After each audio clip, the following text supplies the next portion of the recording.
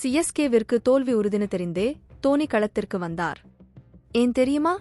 ராயுடு சொன்ன சீக்ரெட் என்னன்னு வாங்க பார்க்கலாம்.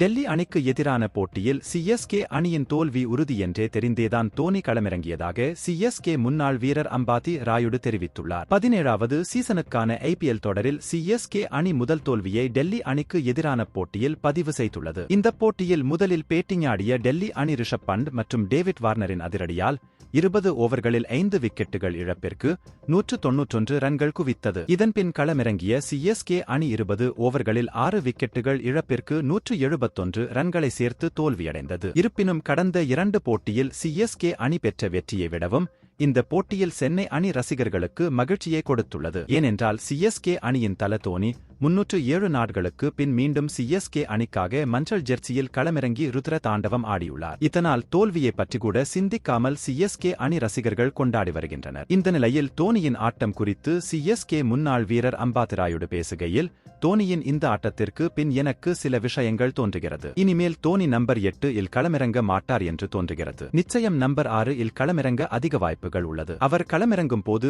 ஆட்டம் கைமீறி போய்விட்டது என்று நிச்சயம் புரிந்திருக்கும். அதனால் தோனி இந்த போட்டியை பயிற்சி களமாகவே பார்த்திருப்பார். ஏனென்றால் பிளே ஆப் சுற்று போட்டிகளில் இதுபோன்ற சூழல் வருவதற்கான வாய்ப்புகள் இருக்கிறது என்பது தோனிக்கு நன்றாக தெரியும். அதனால் தோனி தயாராவதற்காக இந்த போட்டியை பயன்படுத்திக் கொண்டுள்ளார். சிறந்த பவுலர்களுக்கு எதிரான யார்கர் போன்ற கடினமான பந்துகளை எதிர்கொண்டு ரன்கள் சேர்க்க முடிகிறதா என்று அவருக்கு அவரே சோதனை செய்து பார்த்திருப்பார். இந்த இன்னிங்ஸிற்கு பின் தோனி முகத்தில் மகிழ்ச்சியை பார்க்க முடிந்தது. நிச்சயம் அவர் நம்பிக்கை அதிகரித்திருக்கும். இந்த இன்னிங்ஸிற்கு பின் ஒவ்வொரு அணிகளும் நிச்சயம் பீதியடைந்திருப்பார்கள். கடைசி 5 ஓவர்களில் இனி தோனி வருவார் என்று அச்சம் எழுந்திருக்கும். 2005 இல் இருந்து பார்த்த தோனியை மீண்டும் பார்க்க போகிறோம் என்று நிச்சயம் நினைப்பார்கள் என்று அம்பாதி ராயுடு தெரிவித்துள்ளார். கிரிக்கெட் செய்திகளை உடனுக்குடன் அறிந்து கொள்ள நியூஸ் கிரிக் சேனலை சப்ஸ்கிரைப் செய்து பாருங்கள். நன்றி, வணக்கம்.